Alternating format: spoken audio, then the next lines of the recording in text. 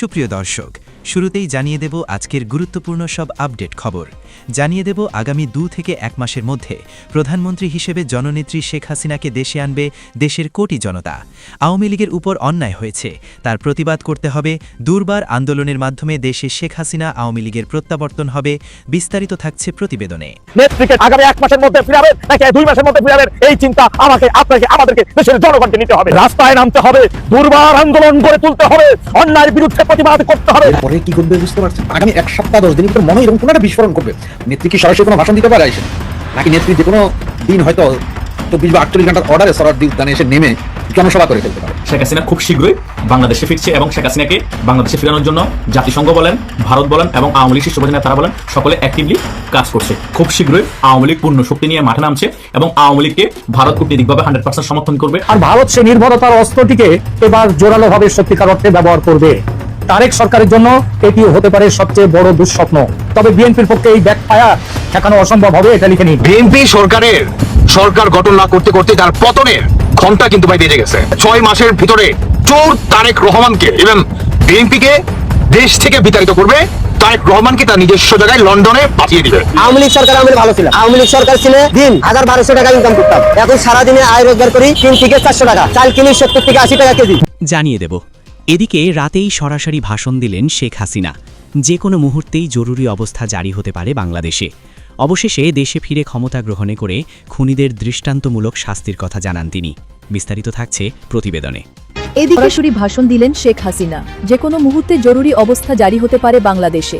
অবশেষে ঝোপ বুঝে কোপ দিল আওয়ামী লীগ। ভারতকে গালি দিয়ে চিকেন নেক করবে, 7 সিস্টার দখল করবে, লম্বা লম্বা কথা বলেছিল। আজকে সেই ভারতের কাছে তেল ভিক্ষা চেতে হয়, চাল ভিক্ষা চেতে হয়, সার ভিক্ষা চেতে হয়। কেন? আমি প্রতি ঘরে ঘরে বিদ্যুৎ দিয়েছি, আজকে বিদ্যুৎ নাই কেন? কোন কোন এলাকায় 24 ঘন্টা বিদ্যুৎ থাকে না। বাংলাদেশকে একটি জাতীয় জরুরি অবস্থার দিকে এগিয়ে যাচ্ছে। বাস্তবতা হলো এটি সংকটের ভয়াবহতার শুরু, যার শেষ কোথায় কেউ জানে না। তবে আগামী মাসগুলোতে দেশটির মানুষ কেবল অন্ধকারে দেখবে না, বরং এক ভয়াবহ সামাজিক ও অর্থনৈতিক অস্থিরতার মুখোমুখি হবে, এমন আশঙ্কার কথা শোনা যাচ্ছে। বিএনপি এখন আপনাদের কাছে ধর্ণা দিচ্ছে, দরপত্র করতেছে, এই করে দেবো, এই করে দেবো, এইটা করে শুধু সময় নষ্ট করবে আওয়ামী লীগের, আর কিছু না। তাই ওদের ফাঁদে পাড়া দিয়ে নিজেদের সময় নষ্ট করার কোনোভাবে ঠিক হবে বলে মনে হয় না। আওয়ামী লীগ আপন ইচ্ছায়, আপন গতিতে, আপন শক্তি দিচ্ছে আওয়ামী লীগকে ফিরানোর জন্য এখন দেশের কোটি কোটি মানুষ অপেক্ষা করতেছে। এবি জুবাইরের মার খাওয়ার ঘটনা, মুসাদ্দিকের মার খাওয়ার ঘটনা সম্পূর্ণ সাজানো নাটক। এই নাটকের ফাঁদে পা দিয়ে তাদেরকে হাইপে দেওয়ার চেষ্টা করবেন না। বাংলাদেশে এই মুহূর্তে যে সংকটগুলো চলতেছে, এই ছাত্রদল শিবিরের নাটক, এগুলো আপনারা সামাজিক যোগাযোগ মাধ্যমে সয়লাভ করবেন না। জানিয়ে দেব বাংলাদেশ আওয়ামী লীগের জয়যাত্রা শুধু সময়ের ব্যাপার মাত্র। আসুন আমরা প্রস্তুতি হই। ইতিহাস সাক্ষী সংগ্রাম আর প্রতিকূলতা পেরিয়েই আওয়ামী লীগ বারবার ঘুরে দাঁড়িয়েছে বলে হুঙ্কার দিলেন আওয়ামী লীগের প্রেসিডিয়াম সদস্য ও সাবেক এমপি জাহাঙ্গীর কবির নানক। বিস্তারিত থাকছে প্রতিবেদনে। বাংলাদেশ আওয়ামী লীগের জয়যাত্রা শুধু সময়ের ব্যাপার মাত্র। আসুন আমরা প্রস্তুত হই, আসুন আমরা চ্যালেঞ্জ মোকাবেলায় নিজেদেরকে সাধিত করি।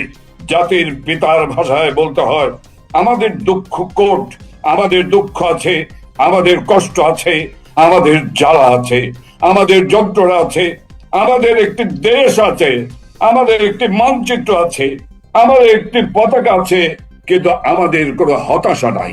জানিয়ে দেব একযোগে ঢাকা ও চট্টগ্রামে দফায় দফায় বিক্ষোভ মিছিল করছে আওয়ামী লীগ অঙ্গ সংগঠনের ছাত্রলীগের নেতা কর্মীরা। এদিকে আজ রাজধানী ঢাকায় জাতীয় সংসদ ভবনের সামনে রীতিমতো ভূমিকম্প ধরে দিল ছাত্রলীগ নেতারা। বিস্তারিত থাকছে প্রতিবেদনে। একযোগে ঢাকা ও চট্টগ্রামের দফায় দফায় বিক্ষোভ মিছিল করেছে নিষিদ্ধ সংগঠন ছাত্রলীগের নেতাকর্মীরা। রাজধানীর জাতীয় সংসদ ভবনের সামনে, কাকরাইল মোড়ে এবং চট্টগ্রাম নগরের জিসি 2 নম্বর গেট ও সিআরবি এলাকায় বিভিন্ন শাখার ব্যানারে বিক্ষোভ মিছিল হয়েছে। শুক্রবার এসব মিছিলের ভিডিও সামাজিক যোগাযোগ মাধ্যমে ছড়িয়ে পড়ে। আওয়ামী লীগ সমর্থিত বিভিন্ন ফেসবুক পেজ থেকে এসব ভিডিও শেয়ার করা হয়। ভিডিওতে দেখা যায় নগরের জিসি 2 নম্বর গেট ও সিআরবি এলাকায় মহানগর ছাত্রলীগ ও এমইএস কলেজ ছাত্রলীগের ব্যানারের বিক্ষোভ মিছিল হয়েছে। জিইসি এলাকার মিছিলটি সকালে এবং লালখান বাজার ও সিআরবি এলাকার মিছিলটি জুমার নামাজের পর হয়েছে বলে দাবি করা হয়েছে ফেসবুক পেজগুলোয়। জিইসি এলাকা থেকে শুরু হওয়া মিছিলটি গোল পাহাড় মোড়ের দিকে যেতে দেখা যায়। এমইএস কলেজ ছাত্রলীগের ব্যানারে কয়েকজন মিছিলে অংশ নেন। এ সময় তারা আওয়ামী লীগের সমর্থনে নানা স্লোগান দেন। টিকার সফলতায় শেখ হাসিনা পুরস্কার পেয়েছেন আনিস আলমগীর। টিকা কার্যক্রমে চরম অবহেলা ও অব্যবস্থাপনার জন্য ডক্টর ইউনূস সরকারের তীব্র সমালোচনা। টিকাদান কর্মসূচিতে অভাবনীয় সফলতার জন্য শেখ হাসিনার আন্তর্জাতিক পুরস্কার পাওয়ার কথা স্মরণ। টিকার বরাদ্দ কমানো এবং অযোগ্য ব্যক্তিকে দায়িত্ব দেওয়ার অভিযোগ। অবহেলার কারণে শিশু মৃত্যুর ঘটনায় ডক্টর ইউনুসের ফাঁসি দাবি করেছেন এই সাংবাদিক। জুলাইয়ের নিহতদের সাথে তুলনা করে তিনি জানান, শিশুরা স্বেচ্ছায় নয় বরং রাষ্ট্রের অবহেলায় মারা যাচ্ছে। টিকা কার্যক্রমে চরম অব্যবস্থাপনা এবং হামের টিকা না পাওয়ায় শিশুদের মৃত্যুর ঘটনায় বর্তমান সরকারের তীব্র সমালোচনা করেছেন বিশিষ্ট সাংবাদিক, কলামিস্ট ও টকশো আলোচক আনিস আলমগীর। সম্প্রতি একটি টকশোতে অংশ নিয়ে তিনি অভিযোগ করেন, বর্তমান সরকারের অবহেলা এবং টিকার বরাদ্দ কমিয়ে দেওয়ার কারণেই আজ শিশুদের প্রাণ যাচ্ছে। একই সঙ্গে তিনি টিকাদান কর্মসূচিতে বিগত শেখ হাসিনা সরকারের সফলতার প্রশংসা করেন। টকশোতে আলোচক হিসেবে উপস্থিত থেকে আনিস আলমগীর বলেন, শেখ হাসিনা সরকার আমলে টিকার উপর যে গুরুত্ব দেওয়া হয়েছিল সেটা প্রমাণিত। টিকার সফলতার জন্য শেখ হাসিনা আন্তর্জাতিক পুরস্কারও পেয়েছেন। আর এখন সব দিক দিয়ে এটা কমপ্লিটলি ডক্টর ইউনুসের অযোগ্যতা এবং অব্যবস্থাপনা। তিনি অভিযোগ করেন, ডক্টর ইউনুসের নেতৃত্বাধীন সরকার টিকার বরাদ্দ কমিয়ে দিয়েছে এবং অত্যন্ত সংবেদনশীল এই জায়গায় একজন অযোগ্য ব্যক্তিকে দায়িত্ব দিয়েছে। এর ফলে প্রায় 2 শতাধিক শিশু মারা গেছে উল্লেখ করে তিনি এই ঘটনাকে ক্ষমার অযোগ্য অপরাধ বলে আখ্যায়িত করেন। ক্ষোভ প্রকাশ করে তিনি বলেন, এই অবহেলার কারণেই ডক্টর ইউনুসের ফাঁসি হওয়া দরকার। জুলাইয়ের গণঅভ্যুত্থানের নিহতের ঘটনার সাথে শিশু মৃত্যুর তুলনা টেনে এই কলামিস্ট বলেন, জুলাইয়ে যারা মারা গেছে তারা তো অধিকাংশ রাস্তায় স্বইচ্ছায় গিয়েছে, আর এই শিশুগুলো তো স্বইচ্ছায় যায় নাই, এগুলো রাষ্ট্রের এবং স্পেশালি তার সরকারের অবহেলার কারণে মারা যাচ্ছে। সাবেক প্রধানমন্ত্রী শেখ হাসিনার আমলের উদাহরণ টেনে আনিস আলমগীর জানান, বিগত সরকার টিকার ওপর সর্বোচ্চ গুরুত্ব দিয়েছিল। সে সময় টিকায় গাফিলতির কোনো খবর গণমাধ্যমে আসেনি, বরং টিকার সফলতার জন্য শেখ হাসিনা আন্তর্জাতিক স্বীকৃতি পেয়েছিলেন। শিশু মৃত্যুর ঘটনায় বিগত সরকারগুলোর উপর দায় চাপানোর যে দাবি উঠেছে তা নাকচ করে দেন তিনি। ফ্যাক্ট চেকারদের বরাত দিয়ে তিনি জানান, আগের সরকারের আমলে এমন ঘটনা ঘটেছে বা তারাও দায়ী, এই বক্তব্য সঠিক নয়। এই শিশু মৃত্যুর ঘটনার জন্য তিনি পুরোপুরি বর্তমান সরকার এবং ডক্টর ইউনুসকেই দায়ী করেছেন। বিমান বাহিনীতে টিটিপি সংযোগের অভিযোগ, ঘাঁটিতে ঘাঁটিতে সতর্কতা, চলছে তদন্ত। বাংলাদেশ বিমান বাহিনীর কয়েকজন সদস্যের বিরুদ্ধে আন্তর্জাতিক জঙ্গি সংগঠন তাহরিক-ই-তালিবান পাকিস্তানের সঙ্গে যোগসাজশের গুরুতর অভিযোগ উঠেছে। ভারতীয় সংবাদমাধ্যম নর্থ ইস্ট নিউজের এক প্রতিবেদনে এ দাবি করা হয়েছে। ওই প্রতিবেদনের জেরে এরই মধ্যে দেশজুড়ে বিমান বাহিনীর ঘাঁটিগুলোতে সতর্কতা জারির পাশাপাশি বাহিনীর ভেতরে ব্যাপক গোয়েন্দা নজরদারি ও শুদ্ধি অভিযান শুরু হয়েছে বলে জানা গেছে। নর্থ ইস্ট নিউজে সাংবাদিক চন্দন নন্দীর লেখা ওই প্রতিবেদন ও সংশ্লিষ্ট একাধিক সূত্রের তথ্য অনুযায়ী গত 20 এপ্রিল ভোরে ঢাকা, চট্টগ্রাম ও যশোরের বিমান ঘাঁটিগুলোতে একযোগে পাল্টা গোয়েন্দা অভিযান শুরু হয়। বিমান বাহিনীর গোয়েন্দা শাখা নিজেদের একটি বড় অংশের ওপর এই নজরদারি চালায়। এর অংশ হিসেবে ঢাকার অন্তত 2টি স্থাপনা থেকে সন্দেহভাজন হিসেবে 2 কর্মকর্তাকে আটক করা হয়েছে। নিবিড়ভাবে জিজ্ঞাসাবাদ করা হচ্ছে আরও অন্তত 10 জনকে। সংশ্লিষ্ট একটি সূত্রের ধারণা, অভিযানের বিষয়টি আঁচ করতে পেরে বাহিনীর 9 থেকে 10 জন সন্দেহভাজন সদস্য এরই মধ্যে দেশ ছেড়েছেন। তারা পাকিস্তান, পর্তুগাল, তুরস্ক ও নিউজিল্যান্ডে পালিয়ে গেছেন বলে মনে করা হচ্ছে। ডনের প্রতিবেদন ও পুরনো যোগসূত্র। বাংলাদেশ থেকে তরুণদের টিটিপিতে যোগ দেওয়ার বিষয়টি নিয়ে বেশ কিছুদিন ধরেই নিরাপত্তা বিশ্লেষকদের মধ্যে উদ্বেগ রয়েছে। গত বছরের অর্থাৎ 2025-এর ডিসেম্বরে পাকিস্তানের প্রভাবশালী গণমাধ্যম ডনে মিলিটেন্সি বাংলাদেশের মিলিট্যান্ট পাইপলাইন টু পাকিস্তান শীর্ষক এক বিশেষ প্রতিবেদনে বলা হয়, বাংলাদেশি তরুণদের একটি অংশ টিটিপি সহ অন্যান্য জঙ্গি সংগঠনে যোগ দিতে পাকিস্তানে পাড়ি জমাচ্ছে। টিটিপির হয়ে লড়াই করতে গিয়ে অন্তত 4 জন বাংলাদেশি নিহত হওয়ার কথাও ওই প্রতিবেদনে উল্লেখ করা হয়।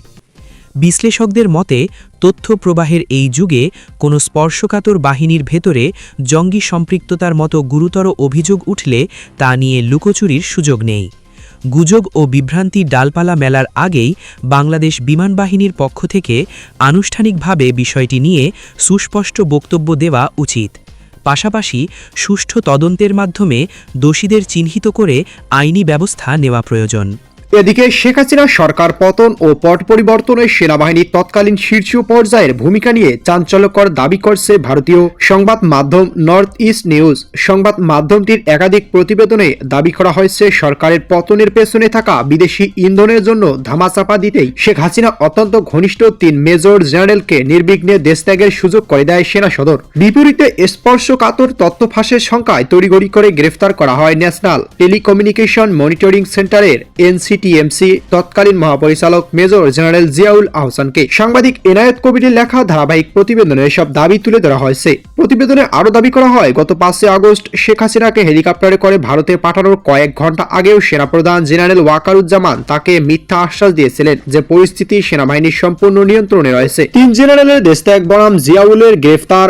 নিউজের দাবি, শেখ হাসিনা অত্যন্ত ঘনিষ্ঠ 3 মেজর জেনারেল সামরিক গোয়েন্দা সংস্থা ডিজিএফআই এর তৎকালীন মহাপরিচালক হামিদুল হক, এনএসআই এর তৎকালীন মহাপরিচালক টিএম জুবায়ের এবং শেখ হাসিনার সামরিক সচিব কবির আহমেদকে দেশত্যাগের সুযোগ করে দেয় সেনা সদর। মে ও জুন 2024 থেকে শুরু করে পরবর্তী সময় তাদের নিরাপদে দেশের বাইরে যাওয়ার পথ সুগম করা হয়। সংবাদ মাধ্যমটি দাবি, ক্ষমতাচ্যুতির পর এই ঘটনায় বিদেশি ইন্ধনের বিষয়ে অনেক কিছুই জানতে ওই 3 জেনারেল, এ কারণেই তাকে সরিয়ে দেওয়া হয়েছে। অন্যদিকে 7 আগস্ট সেনাপ্রধান জেনারেল ওয়াকারুজ্জামানের সরাসরি নির্দেশে তড়িঘড়ি করে গ্রেফতার করা হয় এনটিএমসির তৎকালীন প্রধান মেজর জেনারেল জিয়াউল আহসানকে। গ্রেফতারের পর তাকে ডিজিএফআই এর একটি সেফ হাউস এর 604 নম্বর কক্ষে এবং পরে সেনাপ্রধানের কার্যালয়ে নিয়ে যাওয়া হয় বলেও প্রতিবেদনে দাবি করা হয়। আরেকটি গুরুত্বপূর্ণ দাবি হলো, জিয়াউল আহসানকে সিরিয়াল কিলিং বা ধারাবাহিক হত্যাকাণ্ডের দায়ে ফাঁসানোর জন্য র্যাবের মিডিয়া উইংয়ের সাবেক এক শীর্ষ কর্মকর্তা, যাকে প্রতিবেদন সোহেল নামে উল্লেখ করা হয়েছে, চাপ দেওয়া হয়েছিল শেখ হাসিনা মেজর জেনারেল অবসরপ্রাপ্ত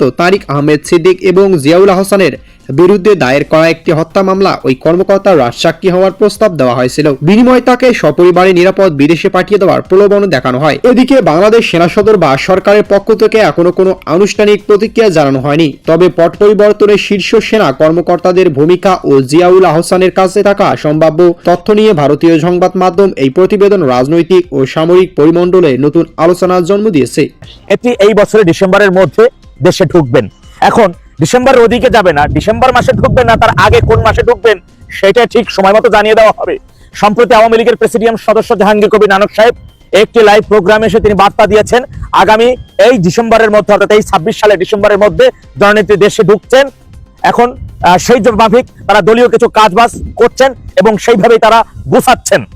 এখন কথা হচ্ছে, যারা প্রশ্ন করেন যে নেত্রী কবে আসবেন, কবে ফিরবেন, তাদের উদ্দেশ্যে আমি বলতে চাই, নেত্রী কবে আসবেন, নেত্রী কবে ফিরবেন, এই প্রশ্নটা না করে আপনারা নিজেদের থেকে বলুন সেই প্রস্তুতিটা নিয়ে যে আমরা অমুক দিনের মধ্যে নেত্রীকে ফেরাবো, আমরা তো অমুক দিনের মধ্যে নেত্রীকে ফেরাবো, এমন চিন্তা করতে হবে।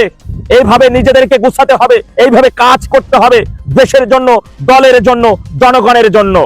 নেত্রী কি নিজে থেকে দেশ থেকে চলে এসেছিলেন নাকি তাকে বাধ্য করা হয়েছিল? নেত্রী কি ইচ্ছা করে নিজ দেশ থেকে অন্য দেশে থাকতেছেন? নেত্রী আজকে দূর থেকে যেভাবে সামাজিক যোগাযোগ মাধ্যমে প্রতিটা তৃণমূলের সাথে কথা বলার জন্য কাজ করে যাচ্ছেন, আপনি বিশ্বাস করবেন কিনা আমি জানি না, কিন্তু এটা চিরন্তন সত্য কথা। আশা করি আপনি এটা দেখতেছেন। সকাল থেকে রাত অবধি 8 ঘন্টা ঘুম ব্যতীত বাকি 16 ঘন্টা নেত্রী অ্যাক্টিভ রাজনীতি করতেছেন। বাংলাদেশের মধ্যে এই মুহূর্তে থেকে সবচাইতে অ্যাক্টিভ রাজনীতিবিদ জননেত্রী শেখ হাসিনা। 80 বছর বয়স হয়ে গেছে, তারপর মহান সৃষ্টিকর্তার অশেষ কৃপায় তিনি যে সুস্থ আছেন, যেভাবে সাংগঠনিক কাজ করে যাচ্ছেন, একদিকে সংগঠন তৃণমূল, অন্যদিকে দেশ বিদেশি কূটনীতিকদের সাথে, তার ঘুম নেই। তার যে বয়স হয়ে গিয়েছিল, এই বয়সে তার যে পরিমাণ শ্রমের প্রয়োজন ছিল সেটা তার মধ্যে নেই। আমরা বাঙালিরা ভাগ্যবান, জানি না কোন আমলের কারণে এখন পর্যন্ত জননেত্রী শেখ হাসিনা জীবদ্দশায় বেঁচে আছেন, সুস্থ আছেন।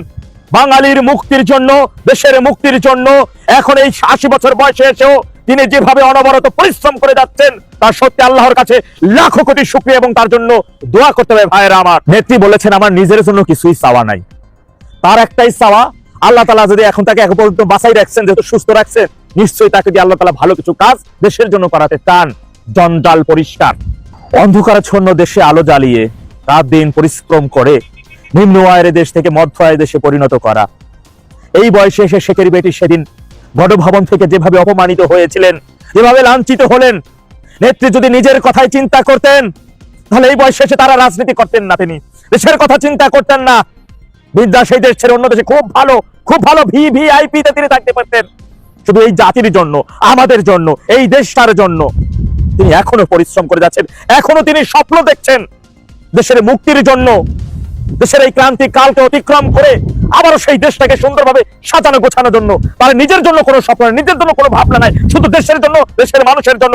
এখন ভাইরা আমার, আপনাদেরকে চিন্তা করতে হবে, আপনাদেরকে পরিকল্পনা করতে হবে। নেত্রীকে ডিসেম্বরের মধ্যে, মানে ডিসেম্বর পর্যন্ত নিবেন, ফিরাবেন নাকি ডিসেম্বরের আগে ফিরাবেন, আগামী 1 মাসের মধ্যে ফিরাবেন নাকি 2 মাসের মধ্যে ফিরাবেন, এই চিন্তা আমাকে, আপনাকে, আমাদেরকে, দেশের জনগণকে নিতে হবে। মনে রাখবেন, আওয়ামী লীগ সরকারের সময় ভয়াবহ করোনা মহামারী ছিল, রাশিয়া ইউক্রেনের ভয়াবহ যুদ্ধ ছিল, কিন্তু সবকিছু অতিক্রম করে চায়না বলেন, রাশিয়া বলেন, যুক্তরাষ্ট্র বলেন, দিল্লি বলেন, সবার সাথে সম্পর্ক সুন্দর রেখে জনগণকে বুঝতে দেয় নাই ক্ষুধার কষ্ট, জনগণকে বুঝতে দেয় নাই সারের কষ্ট, বিদ্যুতের কষ্ট, টিকার কষ্ট, ভ্যাকসিনের কষ্ট, জনগণকে বুঝতে দেয় নাই। বাংলাদেশে মহামারী করোনা, এই মহামারী করোনার মধ্যে আর একজন মানুষকে যদি বলা হয়তো এই মরণ থেকে, এই ভাইরাস থেকে বাঁচতে হলে তোমার 1 লাখ টাকা লাগবে 2 টিকার দাম, সে সেইটা দিতে রাজি ছিল। ভিড়া বাড়ি বেচা হলো, একটা কিডনি বেচা, সে করোনা টিকা নেবে এমন পরিস্থিতি ছিল।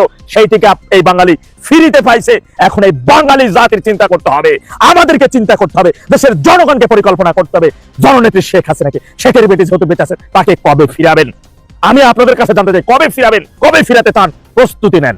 ঘরে বসে থেকে বললে হবে না কালকে ফিরাতে চাই, অমুক দিন ফিরাতে চাই। রাস্তায় নামতে হবে, দুর্বার আন্দোলন গড়ে তুলতে হবে, অন্যায়ের বিরুদ্ধে প্রতিবাদ করতে হবে। আপনার প্রতিবাদ আওয়ামী লীগের জন্য না, শুধুই নেত্রীর জন্য না। মনে রাখতে হবে, আপনার প্রতিবাদ পুলিশ হত্যার বিচারের বিষয় নিশ্চিত করতে হবে। হাম ভাইরাসে আক্রান্ত শিশুর টিকা দিতে হবে, ওই পাম্পে তেল দিতে হবে, গোডাউনে সার থাকতে হবে, ডিলারে খাদ্য থাকতে হবে, কৃষকদের ন্যায্য মূল্য দিতে হবে, খাবারের চাওয়ার অধিকার, মানচিত্রের অধিকার, সার্বভৌমত্বের অধিকার, অর্থনীতি সমুন্নত রাখার অধিকার, ব্যাংকের টাকা রাখার অধিকার নিশ্চিতের প্রতিবাদের জন্য এবং তার সেই অধিকার বাস্তবায়নের জন্য মাঠে নামতে হবে, কাজ করতে হবে ভাইরা আমার। প্রথমত জাতিসংঘ থেকে চাপ শুধু এই বিএনপি সরকারকে দেওয়া হচ্ছে না। ডক্টর ইউনূস যখন ক্ষমতায় ছিল তখন থেকে জাতিসংঘ থেকে চাপ দেওয়া হচ্ছিল যে আওয়ামী লীগের কার্যক্রমের উপর যে নিষেধাজ্ঞা আছে সেটা তুলে ফেলা হোক এবং কোনো বড় রাজনৈতিক দলকে নিষিদ্ধ করা ঠিক হয়নি এবং একটি গণতান্ত্রিক প্রক্রিয়ায় নির্বাচন হোক বাংলাদেশে সকল দলের অংশগ্রহণে। এত চাপ হওয়ার পরেও কিন্তু ডক্টর ইউনূস সরকার তোয়াক্কা না করে আওয়ামী লীগকে নির্বাচনের বাইরে রেখে মামু ভাইগনা নির্বাচন দিয়ে দেয় এবং 12ই ফেব্রুয়ারি মামু ভাইগনা নির্বাচন হওয়ার পরবর্তী সময় থেকে জাতিসংঘ বাংলাদেশের রাজনৈতিক বিষয় নিয়ে খুব অ্যাক্টিভ হয়ে পড়ে এবং বিএনপি সরকারকে খুব বেশি চাপ প্রয়োগ করা শুরু করে যে বাংলাদেশ আওয়ামী লীগের কার্যক্রমের উপর যে নিষেধাজ্ঞা আছে সেটা তুলে ফেলার জন্য এবং বাংলাদেশ আওয়ামী লীগকে বাংলাদেশে রাজনীতি করার সুযোগ করে দেওয়ার জন্য। এখন বিএনপি কি সিদ্ধান্ত নিবে এটা একান্তই বিএনপির সিদ্ধান্ত, কিন্তু জাতিসংঘ থেকে যে চাপ আসছে সেটা সত্য কথা। যতদিন পর্যন্ত বাংলাদেশ আওয়ামী লীগের কার্যক্রম সচল হবে না ততদিন পর্যন্ত জাতিসংঘ থেকে চাপ আসবে। এর মধ্যে দিয়ে আওয়ামী লীগের শীর্ষ পর্যায়ের নেতা থেকেও একটি ঘোষণা চলে এসেছে যে ডিসেম্বরের মধ্যে শেখ হাসিনাকে দেশে ফিরানোর কাজ চলছে। এই ঘোষণা কে দিয়েছে? গতকালকে যারা এই নিউজটি দেখেছেন সকলে মোটামুটি অবগত আছেন। আওয়ামী লীগের প্রেসিডিয়াম সদস্য জাহাঙ্গীর কবির নানক ভাই এই ঘোষণা দিয়েছে। গতকালকে বিভিন্ন নিউজ মিডিয়ায় এটা ছাপানো হয়েছে এবং ডেইলি আজকের কণ্ঠের মধ্যে আমরা এই নিউজটি দেখতে পেয়েছি। তিনি ক্লিয়ারলি বলেছেন, আমরা প্রস্তুতি গ্রহণ করছি আওয়ামী লীগের সভানেত্রী শেখ হাসিনাকে এই ডিসেম্বরের মধ্যে বাংলাদেশে ফিরানোর জন্য। আপনারা সকল বিষয় একসাথে রিলেটেড করেন। একদিক দিয়ে জাতিসংঘ থেকে চাপ প্রয়োগ করা হচ্ছে, অন্য দিক দিয়ে ভারত কূটনীতিকভাবে এই বিএনপি সরকারের প্রেশার ক্রিয়েট করছে এবং বাংলাদেশের পররাষ্ট্রমন্ত্রী এই সময়ের মধ্যেই কিন্তু ভারত সফরে যাচ্ছে। আবার জাহাঙ্গীর কবির নানক গতকালকে ঘোষণা দিয়ে দিয়েছে ডিসেম্বরের মধ্যে শেখ হাসিনাকে বাংলাদেশে ফিরানোর জন্য আমরা প্রস্তুতি গ্রহণ করছি। তার মানে সকল বিষয় মিলিয়ে দেখলে বোঝা যায় শেখ হাসিনা খুব শীঘ্রই বাংলাদেশে ফিরছে এবং শেখ হাসিনাকে বাংলাদেশে ফিরানোর জন্য জাতিসংঘ বলেন, ভারত বলেন এবং আওয়ামী লীগ শীর্ষ পর্যায়ের নেতারা বলেন সকলে অ্যাক্টিভলি কাজ করছে। সো যারা এতদিন হতাশাগ্রস্ত হয়ে ঘরে বসে আছেন তারা উজ্জীবিত হন। খুব শীঘ্রই আওয়ামী লীগ পূর্ণ শক্তি নিয়ে মাঠে নামছে এবং আওয়ামী লীগকে ভারত কূটনীতিকভাবে 100% সমর্থন করবে এবং বহির্বিশ্ব আওয়ামী লীগকে সমর্থন করবে এবং যতগুলো সংস্থা আছে জাতিসংঘ সহ সকলে আওয়ামী লীগকে সমর্থন করবে। কেন করবে সমর্থন? কারণ এত বড় একটি রাজনৈতিক দল একটি গণতান্ত্রিক দেশের মধ্যে রাজনীতি করতে পারবে না, তারা কার্যক্রম নিষিদ্ধ হয়ে প্রায় 2 বছরের কাছাকাছি হয়ে গেল, এখনো পড়ে থাকবে, এটা হতে পারে না। যারা গণতান্ত্রিক প্রক্রিয়াকে বিশ্বাস করে বিশ্বের যতগুলো রাষ্ট্র আছে সকলেই এটার প্রতিবাদ জানাচ্ছে এবং কূটনীতিকভাবে বিএনপি সরকারকে প্রেশার ক্রিয়েট করেই যাচ্ছে। বিএনপি গায়ের জোর আছে, গায়ের জোর দিয়ে আওয়ামী লীগকে কোণঠাসা করে রেখেছে, কার্যক্রম নিষেধাজ্ঞা তুলছে না, কিন্তু এটা আর বেশি দিন ক্যারি করতে পারবে না। তার মেইন রিজন হচ্ছে বাংলাদেশে এখন দুর্ভিক্ষের পরিস্থিতি তৈরি হয়েছে এবং ইন্ডিয়া থেকে অনেক কিছু আমদানি করা ছাড়া বাংলাদেশ একেবারে দুর্ভিক্ষের কবলে পড়ে যাবে। সো ওই জিনিসটাকে ক্যাশ করে বাংলাদেশ আওয়ামী লীগকে বাংলাদেশের রাজনীতি আবার ফিরিয়ে আনতে পারবে। বিএনপি বাধ্য হবে, যতই গায়ের জোর থাকুক ওই সত্যগুলো মানতে বাধ্য হবে যে 2 সত্য ভারত আগেও দিয়েছে, এখনো দিয়ে যাচ্ছে। গতকালকে আমি নিয়ে ভিডিও করেছি, ওই সত্যগুলো মানতে হবে। জাতিসংঘের প্রেশার গুলো সহ্য করে আর টিকেও থাকতে পারবে না। সো জাতিসংঘ যেটা চাচ্ছে সেটাও মানতে হবে এবং আওয়ামী লীগকে বাধ্য হয়ে বাংলাদেশে আবার রাজনীতি করার সুযোগ করে দিতে হবে। আওয়ামী লীগকে সুযোগ করে দিলেও আওয়ামী লীগ আন্দোলন নামবে, সুযোগ করে যদি রাজনীতি করার সুযোগ নাও দেবে বিএনপি, তবুও আন্দোলন নামবে। কারণ আওয়ামী লীগের দাবি আওয়ামী লীগ রাজপথে নেমে ফয়সালা করবে। কারণ বাংলাদেশ আওয়ামী লীগের ছাড়া মামুন যে নির্বাচনটা হয়েছে সেটা আওয়ামী লীগ মানে না। সো আবার নির্দলীয় তত্ত্বাবধায়ক সরকারের আন্ডারে আওয়ামী লীগকে নিয়ে আর কি নির্বাচন হতে হবে।